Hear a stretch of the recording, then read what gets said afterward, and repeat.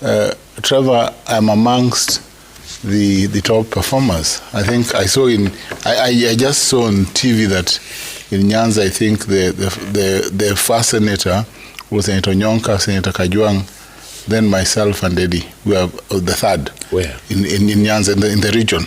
Where is that? It's on the, no, you can read here. This one you can read the top ones. It is true, in the region. Yeah, yes, the region 3. So, but here you can see again tops. So I even when I'm not consulted, I cannot miss among the top 10 senators. It's natural because I perform. So, and so even when and pollsters use different parameters. Yeah. Infotrack does not consult. They don't consult anyone. Yeah.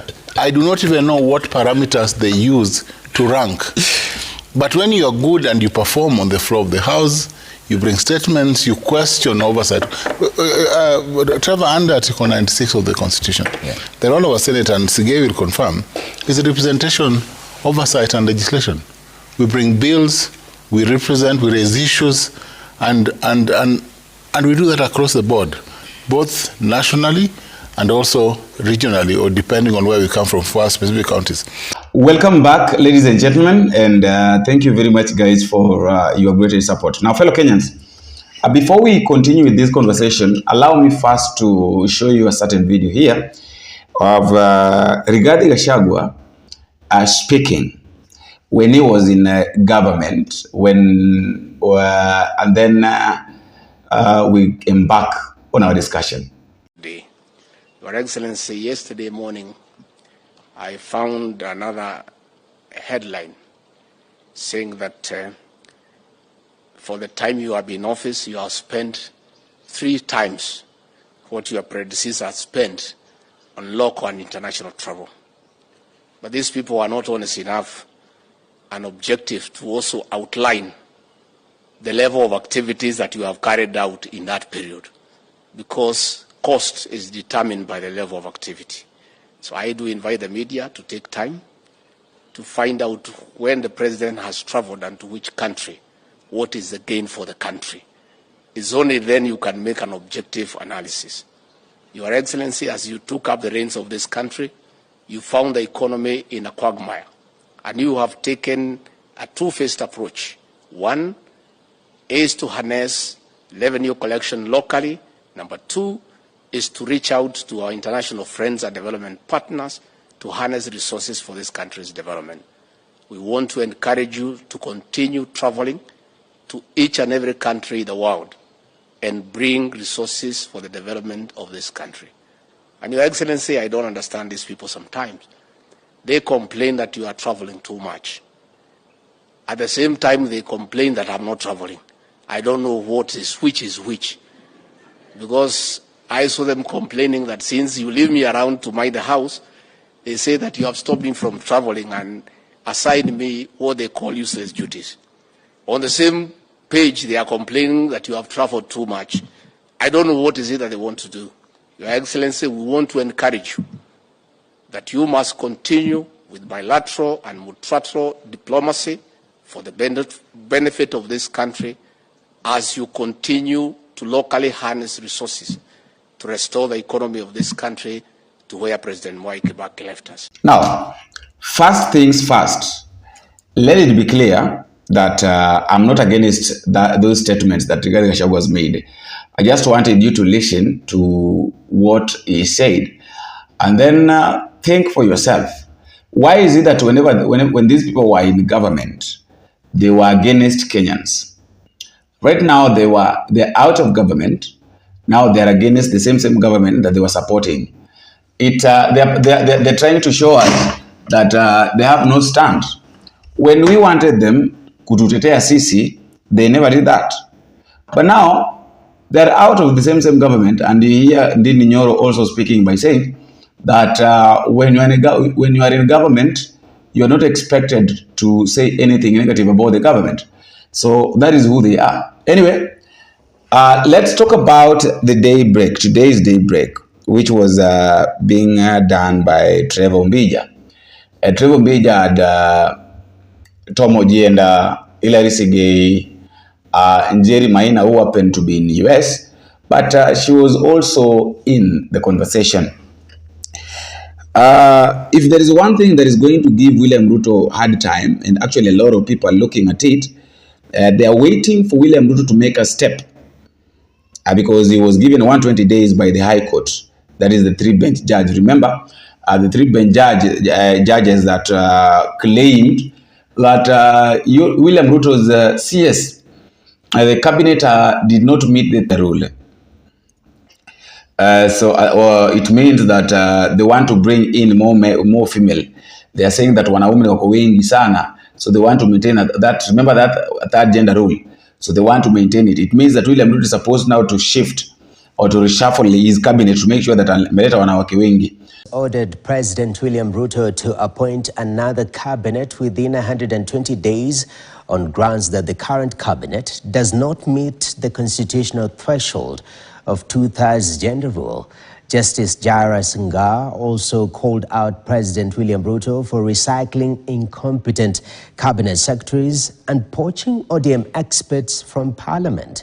The order follows an application by civil society groups that moved to court to challenge Ruto's cabinet made up of 8 women and 15 men, Chris Tairu reports. President William Ruto now has a maximum of 4 months to reconstitute his cabinet so that it meets the 2/3 gender rule. A 3-judge bench delivered a ruling Tuesday afternoon in a case filed by the civil society challenging the composition of the cabinet.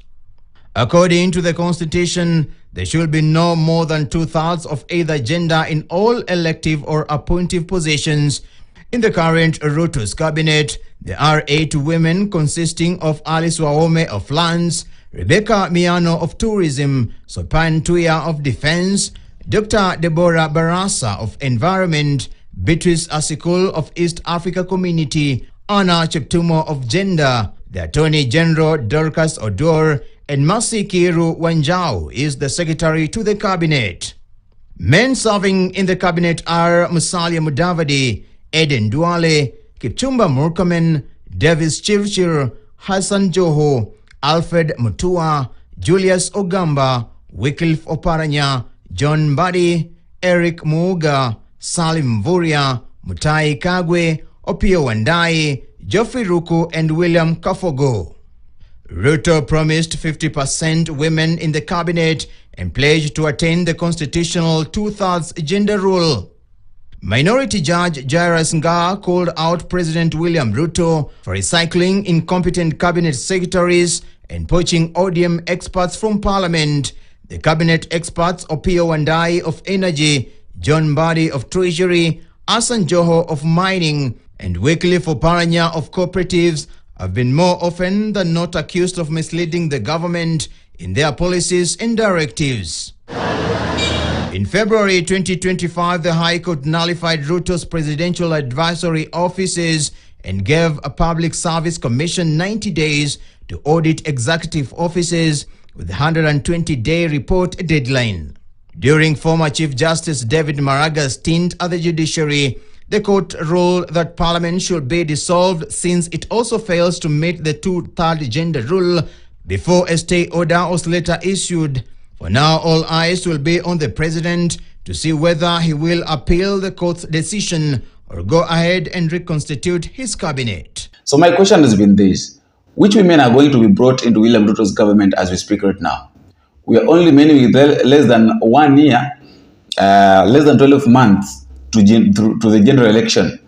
And I said this thing, I remember saying this thing, that we are going to have cabinet reshuffle. Ata William Ruto atafanya reshuffle cabinet yake karibu mara 3 before the general election. Now, who are these people that are going to be brought? That is the question. Who are these people that William Ruto are going to bring into his government? Ni wanawake wagani? That is not the problem. The problem is this not going to cost Kenya a lot of money? Reshuffle, these issues, benchmarking, marriage interviewing, all these issues. Hata hii high court enyewe, hizi courts zenye tuko nazo Kenya, saa zingine you wonder what is the problem with them. You look at these courts and you are like, are we really moving in the right direction? The decision that sometimes they make, are they really worth it? these decisions, don't they know that these decisions that they are making sometimes are really draining Kenya?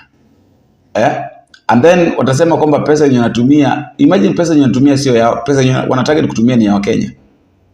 And they're bringing such kind of things. So I would like you to listen to this conversation. I'll get George just respond to that later on this issue. But let me bring in a different conversation here with SIGEI before we bring in Honorable NJERI Maina. There seems to be a standoff here.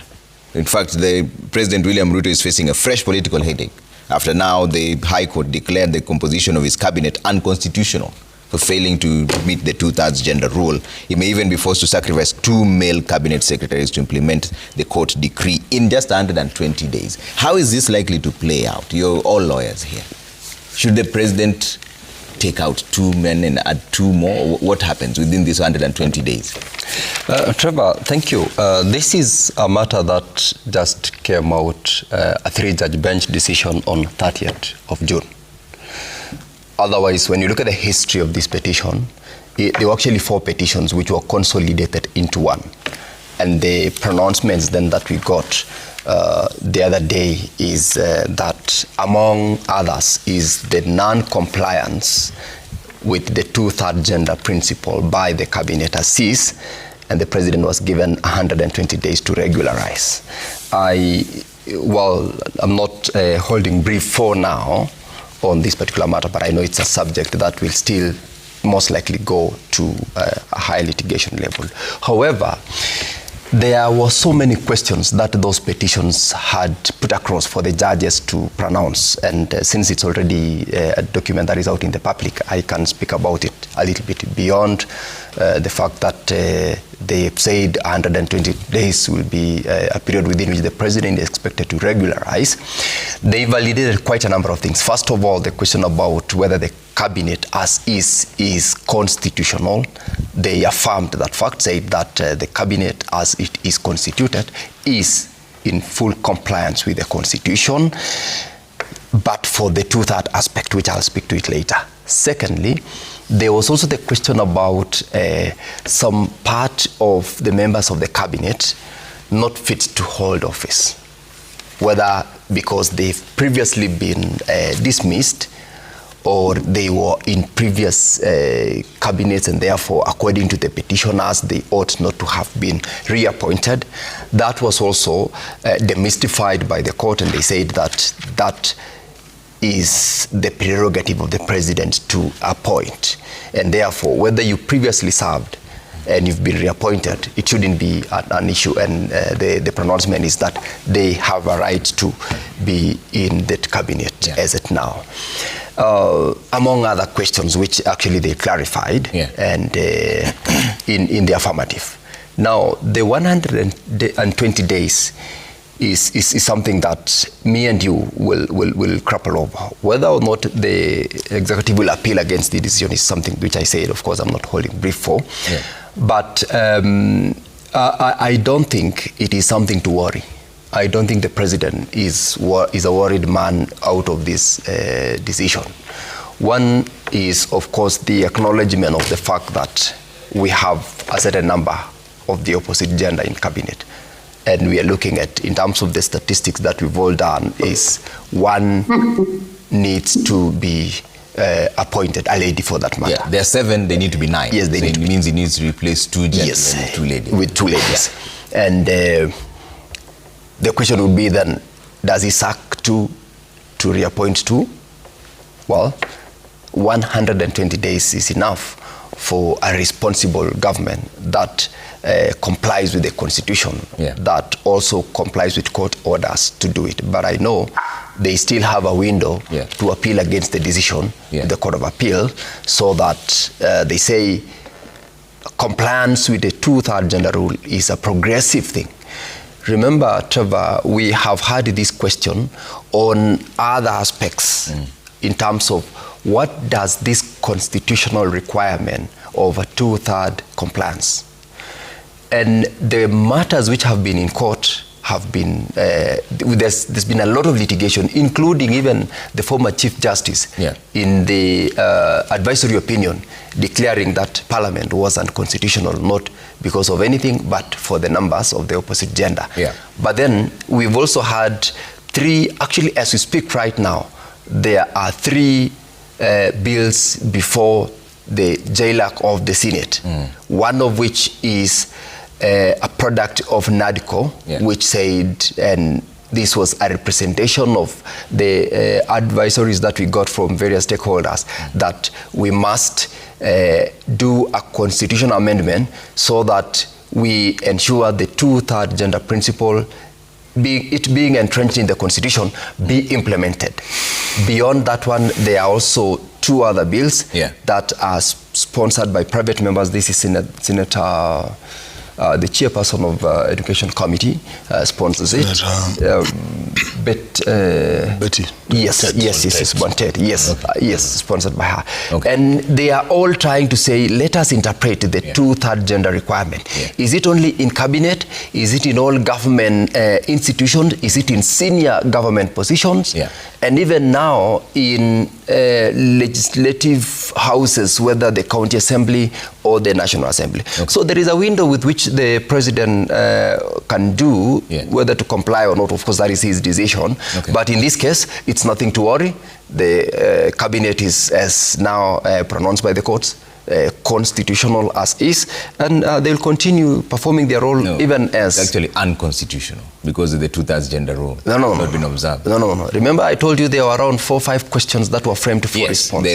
One of the questions one of them was whether that to incorporate the people from the broad-based government, whether that was fine, and the court said that is okay. That is okay. That does not necessarily mean then that everything is constitutional. Yes, because part of it is not constitutional. In my last sentence about the constitutionalism of the cabinet, I said the 2/3 story. Okay, so let me bring in NJERI Maina. NJERI, why has this 2/3 gender rule been so difficult to observe? Thank you. Trevor, I think first I'll respond to the good professor of law, from OJIENDA, who claims that my senator, he cannot recall the last time my senator spoke in Senate. Perhaps he is neither in Senate or does not follow the proceedings.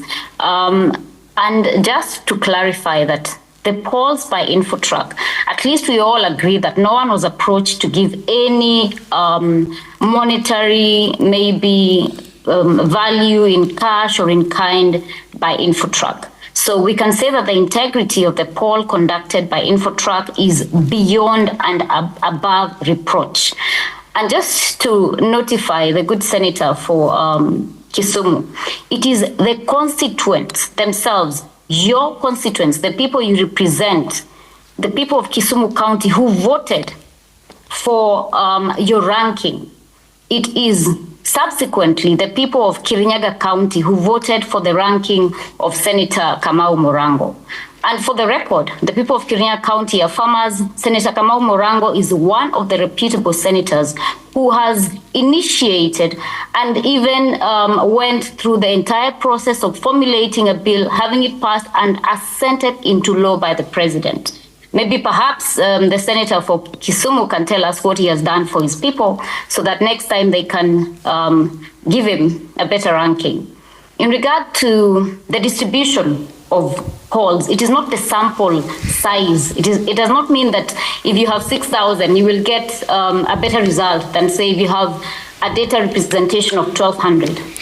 And I appreciate that perhaps he's not a data analyst, maybe perhaps he knows more of the law, but as someone who has actually studied data, I can confirm to him that is why you find that we say in maybe 6 out of 10 Kenyans do not know their HIV status. That does not mean that every Kenyan has been assessed in regard to that poll, but the sample size distribution, as long as it is done on a stratified basis that is that follows the regulations of the poll being conducted, it represents the reality on the ground. Okay. In regard to the 2/3 gender principle, the president was well aware. I find it very baffling that he had to wait for the court to make a judgment on that. When we were on the onset, on the road canvassing for votes, the president actually signed what we called the Women's Charter. The Women's Charter, he promised 50-50 cabinet slots to women in Kenya. He got into office, we all know what happened. He's aware because he had actually written to Parliament, the National Assembly, for the record, on, I think, 23rd November 2022, immediately after we took oath of office, communicating about the judgment by the former Chief Justice David Maraga in regard to the unconstitutionality of the National Assembly and the Senate in terms of the 2/3 gender principle. It is not a matter in regard to these principles, Trevor, of having it in law in the Constitution, having all these legislative agendas on it. It is about political goodwill. Unfortunately, the political goodwill is lacking from the president, has been lacking since 2022 when he took oath of office. Perhaps he shall find it now that we have a court judgment in regard to the same. I do hope that he finds it. I do hope that he's compliant. This government has shown that it has a habit of being non-compliant to court orders. And I also, in the same breath, want to congratulate Senator SIGEI for being the best, one of the best improved senators. I saw the rankings and he fared pretty well. No. I do not know Senator OJIENDA though. Maybe he needs to. And also, the issue of the info track. Remember, info track does not always consult anybody whenever they're conducting their surveys. So yesterday, I think Babu Owino became the best performing member of parliament. NJERI Maina became the best performing women rep. Tom OJIENDA is complaining that he was not consulted. He's a senator of Kisumu, remember? So he's saying that he was not consulted when this thing was happening or when the InfoTrack wanted to conduct the surveys to know the best performing senator or the best performing leader. So I'm wondering, Tom OJIENDA amefanya nini haswa ambacho kinaweza kikafanya yeye akuwe consulted? Ama amefanya nini haswa ambayo inaweza fanya yeye kuwe the best performing senator? Because at the end of the day, all of us must accept one thing, that these people, once they join the government of William Ruto, the only thing they normally think of is William Ruto. They don't think otherwise. There is nothing that they're thinking of. They only think of William Ruto. Yani macho yao yote ni kumsupport William without working for Kenyans. And that is why now you hear that's why you hear them complaining that they've never been consulted or they were never consulted when the InfoTrack was conducting their surveys on the best performing leaders of the nation. Now, I want you to listen to these people from the beginning up to the end, these conversations, and then you also tell me what you think and where you're watching these videos from.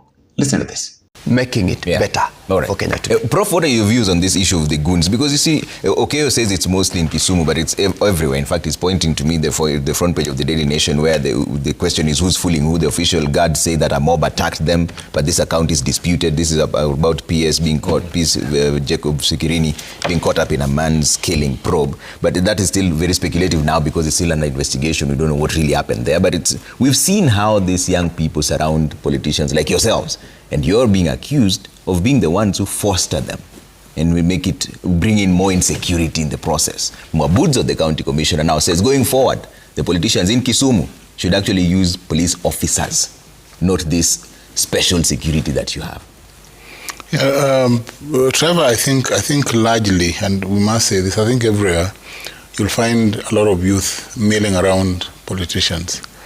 And so when you are down in the county, and this applies across the board, you'll find young men and other youth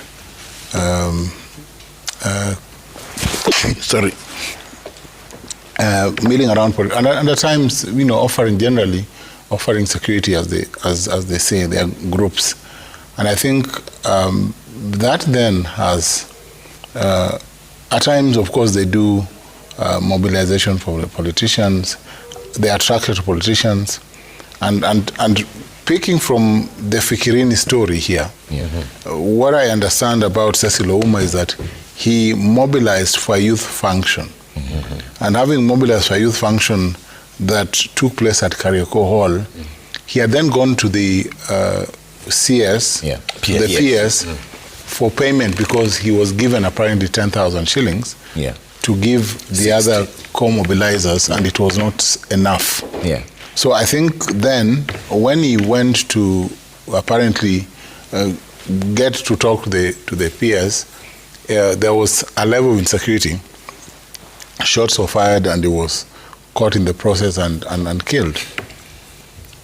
I think this deals with exactly the issue that we face around our counties, because whenever we go to our counties, you'll find a lot of youth just marching or coming to you because they presume that as an elected leader you probably have some money or you are able to finance certain process, even when you do not have that money at times. So I think it is important that the police, or that and this is something we do all the time. We have personal bodyguards, usually one policeman or two policemen, usually not enough to keep off crowds. Yeah. But an engagement with the county commander or the county police, I think, would be useful for politicians, so that one, you give information that you're in the region, two, then they provide you with enough policemen so that you don't have to encounter. But largely also, there's another problem also, Trevor, that there's a lot of youth unemployment. And the youth see opportunity in politicians visiting their home counties. Yeah. And so when they come around you, you then will also find innocent youth who are just around labeled as goons. It's a mix of those with criminal elements and those genuine innocent people who actually are coming to the politician to seek for help. And that is why at times when you then, and it is good to help groups, there are politicians who do not help the youth at all. There are those who help the youth and want to improve their status in life. Now, Trevor, only last week I wrote a letter on this insecurity situation in Kisumu County. Yeah. And I was on a national radio platform on this question again early this week on Tuesday, to talk about the crime rate in Kisumu. But our counties can also do better. Yeah. For common crime, we need to light up and open up security streets. There are many alleys where individuals are attacked after dark merely because the county government has abdicated its responsibility to ensure that street lights work or to install lights that will protect people. That's number two. Our other security apparatus in the county will also help. Security, though, is a national role, but it is important that the county complements to the extent that we are able to secure, for this, ensure that in common places, for instance, in markets, let us have the county security also assist to ensure that we have safety of traders and other people who are doing businesses. But when we have lights in these areas, then people can trade even beyond 6 p.m. But one of the things problems we have, like in Kisumu, in some of the heavily settled areas like Wanyata, Ubunga, Kondele, and other places, that you then have completely dark places. So by 6, people must leave and go home because of insecurity. So the fear, yes. You go cover. All right. NJERI, are abductions back in your review? Thank you, Trevor. I think what worries me is that the PS Interior had the audacity to either think that Kenyans are fools, or to think that they do not have the intelligence to read things for themselves. And it is very clear that the government or the state is sponsoring covert operations by kidnapping people who are purported to be anti-government. And like you've said, Trevor, perhaps maybe Lichuma may not have physical injuries, but it is known that at this day and age that people are being mentally tortured, medically tortured. So it is not only physical torture that the government can perpetuate. They can perpetuate other forms of torture. And as late as, I think yesterday, we are aware that he had not spoken regarding that ordeal, because it is very traumatizing. And I have met and spoken to survivors of kidnappings, torture, and all these atrocities that the government is perpetuating. Yes, they're back. They have been there. The PS is aware of it. He is the PS for Interior. Of course he knows, Trevor, but then he thinks that he can take Kenyans for a ride. There's even a compensation panel, a whole compensation panel that has been approved by state agencies that contains victims of torture. So for him to say, to come out publicly, blatantly say that there are no tortures or abductions that have happened in Kenya is an abuse of Kenyans' intelligence. Yeah. And it is very sad at this day and age because, like my colleague and co-panelist has said, power is transient. It may be convenient for those in power right now. Okay. It shall not be. And I'd just like to touch on something my good friend Senator SIGEI said. And I see that he agrees with his boss, the president, that it is now the time to attack media stations and publications that are deemed to be anti-government. You know, the Standard, and my good friend is an advocate of the High Court, knows that the media is protected by the Constitution of Kenya. It is not a favor that they need to do the government, to run stories that favor the government or to sing their praises day and night. If the government has anything, there is a judiciary arm of government. They can challenge anything they feel is not authentic that is being run by the Standard. But the trend of attacking media, we don't want to go down what we've seen in Uganda recently, where media stations were shut down. Freedoms of the media and the press have come a long way. People died to fight for this constitution, to fight for these freedoms. It would be extremely unpalatable that a head of state and now members of parliament and senate are now taking up and drumming wars against, maybe deciding that this is what we want on the media, this is what we do not want. So let them leave the Standard be. If they feel there are any issues, they have other avenues to pursue their grievances. And that data, you know, those are human beings, those are Kenyan people, those are children of mothers and fathers of the great nation of Kenya. So they are just not, it's not data, it's not just photos that the Standard is running. Those are people that are victims of state torture, of abductions. And if he says or claims that the honorable member for Juja, Koimbori, is, or rather maybe self-styled an attack, he's actually now a very good friend of the government. He's very pro-government. So maybe